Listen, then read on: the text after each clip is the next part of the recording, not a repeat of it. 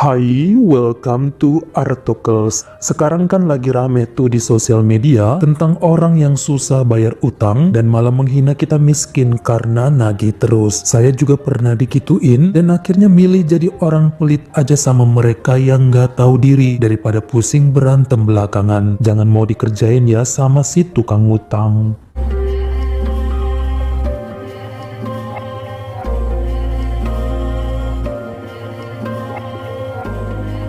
Hari ini kita menuju ke daerah Ranong yang ada di Thailand Selatan yang merupakan salah satu kota terkecil di negara tersebut yang kebanyakan wilayahnya adalah perhutanan, gunung, serta perbukitan. Areanya bernama Ranong, provinsinya juga bernama Ranong. Tempat ini dikenal sebagai kota hujan di mana tiap tahunnya bisa lebih dari 8 bulan hujan terus. Saya kenalkan dengan pria asal Yala bernama Budi Ratana Pansri berusia 26 tahun yang kemudian menjadi guru honorer di salah satu sekolah dasar yang ada di desa Keraburi. Pemuda tersebut ngajar mapel, olahraga, dan pendidikan umum karena biasanya kalau SD ya belum spesifik, semua mata pelajaran wajib dikuasai. Budi memang alumni dari kampus keguruan di Bangkok, namun saat pandemi cukup susah cari kerja, apalagi guru, banyak banget saingannya. Dia diiming-imingin kalau nanti jadi honorer beberapa tahun kemudian bisa diangkat jadi guru tetap dengan status pegawai negeri. Jadi wajib sabar dulu dan ikutin prosesnya dengan baik dan perlahan.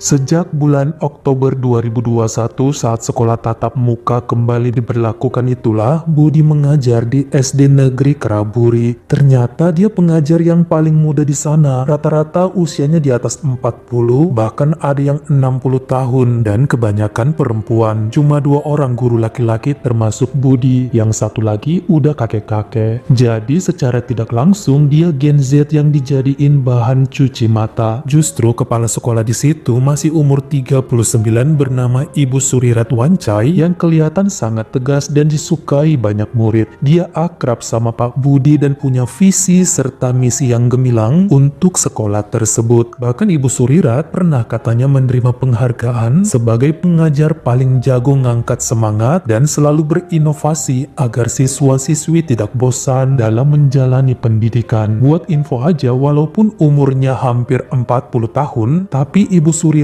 belum menikah karena masih ingin mengabdikan diri demi karir. Itu juga sih alasan akrab dengan Budi karena ngerasa sama-sama lajang, jadi klop. Namun pemuda itu sudah punya kekasih di kota Yala yang kerjanya sebagai pedagang buku.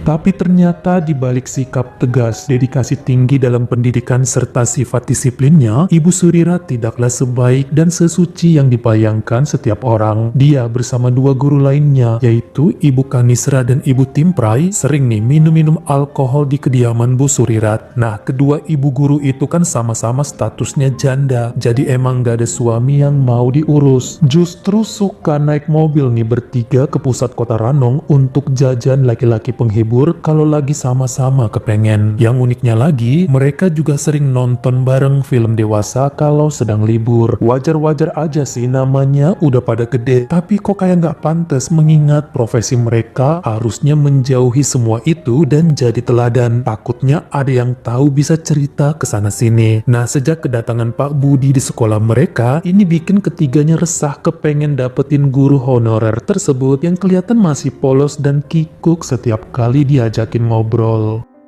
Ibu Kanisra yang emang terkenal centil di usia 52 tahun selalu ngerasa bahwa dirinya tetap kenceng, awet muda, gak kalah saing dengan mereka yang belia. Dia sudah punya anak 1 tapi ngikut sama mantan suaminya. Perempuan ini juga pernah diadukan ke polisi karena ngegrepe-grepe tetangganya yang masih usia 18 tahun, tapi kasusnya berakhir damai. Nah, dia beberapa kali ngundang Pak Budi ke rumahnya untuk nebeng bonceng pulang atau ngebawain dokumen dokumen penting. Beberapa kali sering megang tangan lelaki itu tapi ditepis. Dia pun tersinggung karena ditolak, jadi langsung ngelempar pulpen ke muka si Budi. Dikatain belagu padahal masih honorer. Mau dilawan sama Budi, tapi mulut pemuda itu langsung ditutup pakai tangan Kanisra karena dia nggak mau denger alasan apapun. Kalau nggak suka ngajar di sekolah itu, silakan pergi cari sekolah lain kalau bisa. Udah syukur dikasih kesempatan punya penghasilan dan berpeluang akan diangkat PNS, malah belagu. Nilainya semua tergantung pada guru lain dan kepala sekolah. Jadi sebaiknya jangan bertingkah dan nurut semua keinginan Kanisra. Makanya Budi pun pasrah ketika dijilat-jilat.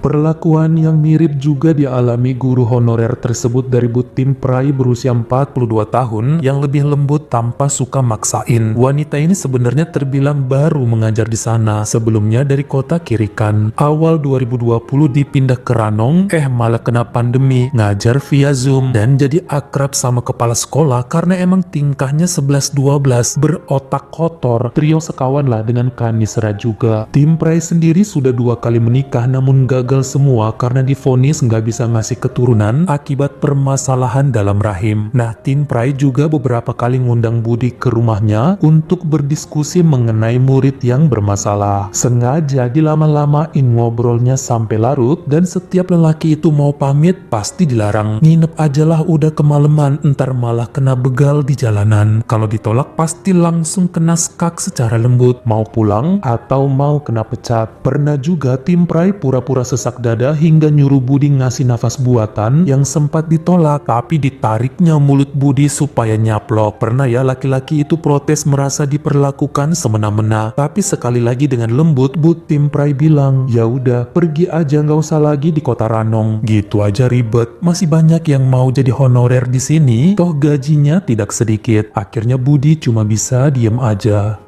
Pada hari Jumat tanggal 18 Maret 2022, si kepala sekolah ngajakin Budi ke rumahnya sambil ngebawa kertas-kertas laporan mid semester yang harus ditandatangani oleh Ibu Surirat karena udah gelap males ngerjain di kantor Kepsek. Saat tiba di rumahnya, wanita tersebut nangis-nangis di dada Budi sambil curhat mengenai nasibnya yang baru ditinggal kawin oleh cowoknya. Padahal Surirat udah habis uang banyak untuk kekasihnya tersebut. Tentu si Budi jadi kasihan dan ngebiarin atasannya itu sesenggukan di dadanya sampai ngelap-ngelap ingus ke celana Budi. Hingga dengan mendadak seleting celananya dibuka si ibu lalu dihap. Terasa anget-anget, tapi lelaki itu nggak berani nyuruh kepala sekolah untuk berhenti, takutnya dia ngamuk. Malah selanjutnya Surirat maksa untuk dilayani dengan alasan agar dia bisa melupakan masalahnya sejenak supaya dia bisa move on dari mantan pacarnya yang berkhianat dan supaya isi pikirannya segar kembali. Setelah itu mereka pun keramas bareng sembari nyuruh Budi untuk menutup mulut, jangan bilang pada siapa-siapa atas perbuatan yang baru dilakukan. Seminggu kemudian pada hari Sabtu tanggal 26 Maret 2022, Budi disuruh datang lagi ke rumah si kepala sekolah yang ternyata sudah ada Bu Kanisra, Tim Prai dan tentu Ibu Surirat di sana lagi pada makan durian. Disuruh gabung buat makan yang tentu nggak bisa ditolak sama pemuda tersebut. Suasana malam itu cukup panas dan gerah apalagi sambil belah durian. Makanya ibu-ibu cantik itu pun mulai menanggalkan pakaiannya satu persatu lalu mengunci pintu depan. Jantung Budi udah deg-degan, apalagi handphonenya bunyi terus karena ceweknya pengen ngobrol panjang. Sebab itu kan malam minggu, pacaran jarak jauh biasanya saling sleep call sampai pagi. Ibu Surirat pun kesal langsung merebut handphone Budi kemudian dibanting ke lantai sekuat tenaga sampai hancur. Udah jelek itu handphone apaan kayak remote AC, entar saya kreditin yang baru. Beberapa saat kemudian Budi coba mengutip pretelan handphonenya di lantai yang langsung tubuhnya ditarik sama Bu Kanisra dan Tim Prai ke dalam kamar. Surirat nyusul dan sempat ketawa ketiwi karena Budi ketakutan kayak habis ngeliat setan. Di bawah ancaman sebuah pisau, akhirnya pemuda tersebut mau aja disuruh melayani mereka bertiga secara gantian dan baru pulang dari sana menjelang pukul 5 pagi. Jadi udah masuk ke hari Minggu tanggal 27 Maret 2022. Hal ini diceritakan Budi kepada guru cowok yang satu lagi bernama Pak Tayub. Kakek itu menyarankan agar Budi melapor pada polisi sebab ternyata Pak Tayub pun pernah digituin juga sama Kanisra dan tim Prai. Tapi bu kepala sekolah nggak ikutan waktu itu. Kakek Tayub emang nggak pernah lapor polisi, takut berbuntut panjang sebab dia udah mau pensiun. Khawatirnya jadi ribet dan mengganggu mekanisme masa bakti di penghujung karirnya. Kalau Budi lebih baik lapor aja pada polisi karena statusnya kan honorer. Nothing tulus gak akan dipecat sebab status belum pegawai negeri. Biar pada kapok itu para perempuan. Hal ini pun dilakukan oleh Budi pada Senin tanggal 28 Maret 2022 dan ujung-ujungnya diketawain oleh staf yang menjaga di pos polisi Suksamran. Masa cowok kalah sama cewek? Lagian mana buktinya kamu digilir sama ibu-ibu itu? Semua harus sesuai prosedur supaya tidak dibilang laporan palsu. Pokoknya udah dijelasin pun tetep ya pada nggak mau denger, hingga Budi pun pulang tanpa hasil. Namun dia berniat untuk berhenti kerja hari itu juga karena nggak terima diperlakukan seperti ini. Keesokan harinya pada Selasa sore tanggal 29 Maret 2022, ternyata Ibu Kanisra datang ke rumah Budi saat pemuda itu lagi beres-beres pakaian. Nanyain kenapa udah 2 hari nggak ngajar tanpa kabar. Mana boleh seenak jidat kerja honorer begitu. Kan anak-anak jadi terbengkalai bikin guru lain repot harus ngajar di 2 kelas. Budi bilang mau mundur karena perlakuan 3 perempuan itu kemarin lusa yang bikin dia trauma. Niatnya mau lapor polisi aja biar pada masuk penjara kalian satu persatu. Wah, jantungan dong si Kanisra, makanya langsung ngambil kayu palang pintu rumah Budi dan dipukulkan ke kepala laki-laki itu. Dilawan dengan menggaplok wajah dan merebut kayu tadi. Ujungnya dibenturkan ke muka si ibu berulang kali, kemudian dipaksa masuk ke mulut Kanisra sambil didorong ke tembok yang bikin banyak cairan merah keluar dari mulutnya. Ditarik kayunya lalu dihantamkan sekali lagi ke kepala perempuan tersebut sampai dia tersungkur. Kenyataannya, Bu Kanisra tidak pernah lagi bangun karena sudah kehilangan nyawa. Budi pun nangis lalu menyerahkan diri pada pihak kepolisian.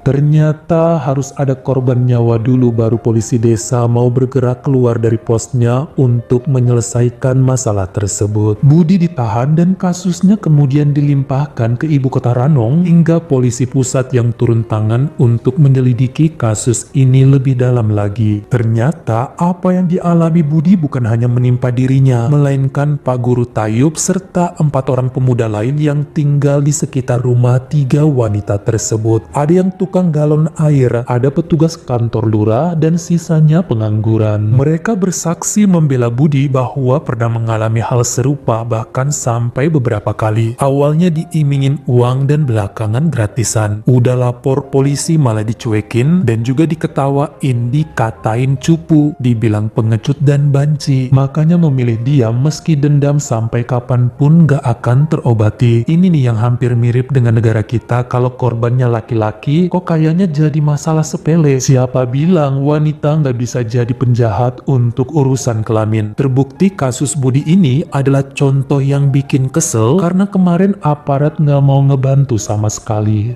Walaupun gak ada bukti video atau visum, namun keterangan dari para lelaki tersebut akhirnya diterima meski Bu Surirat dan tim Prai membantah semua tuduhan. Tapi sebenarnya kesaksian para korban udah jadi bukti kuat kok, karena toh mereka tidak saling mengenal dan interogasi juga secara terpisah. Buat apa juga bikin kesaksian bohong, gak ada untungnya. Gak mungkin kan Budi dan yang lain ngarang cerita, karena keterangannya konsisten dan semua sinkron dengan kondisi di TKP. Ibu Surirat dan Ibu Tim Prai pun diberhentikan dari jabatannya sebagai kepala sekolah dan guru saat sidangnya berlangsung di bulan Agustus 2022. Mereka dipecat dari status pegawai negerinya. Begitu juga dengan seorang petugas polisi yang tidak merespon laporan para korban. Sampai pada hasil keputusannya per hari Senin tanggal 17 Agustus 2022, akhirnya hakim di Pengadilan Tinggi Provinsi Ranong menjatuhi hukuman 14 tahun penjara kepada Budi Budi atas kejahatan tingkat 2 dalam pembelaan diri. Dia boleh bebas dengan jaminan setelah menjalani sedikitnya 7 tahun kurungan. Sementara Suryat dan tim Prai mendapat masing-masing hukuman 6 tahun penjara atas pemaksaan perbuatan tercela. Bagaimana menurut kamu? Apakah harusnya Budi dibebaskan aja karena kan bukan Nisra yang mukul duluan, meski kemudian jadi naik pitam dan nyerang balik tanpa ampun? Kalian komen di bawah. Kalau kamu suka sama video ini, jangan lupa klik like serta tombol share-nya.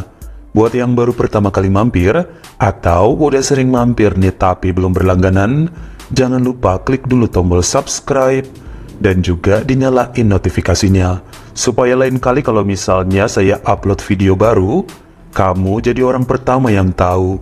Follow juga Instagram saya jika berkenan di Artokels S-nya 2. Dan jangan lupa untuk nontonin semua video saya yang lainnya. Ingat ya, tetap jaga jari dan juga lidah kita, supaya nggak nyakitin hati orang lain. Terima kasih.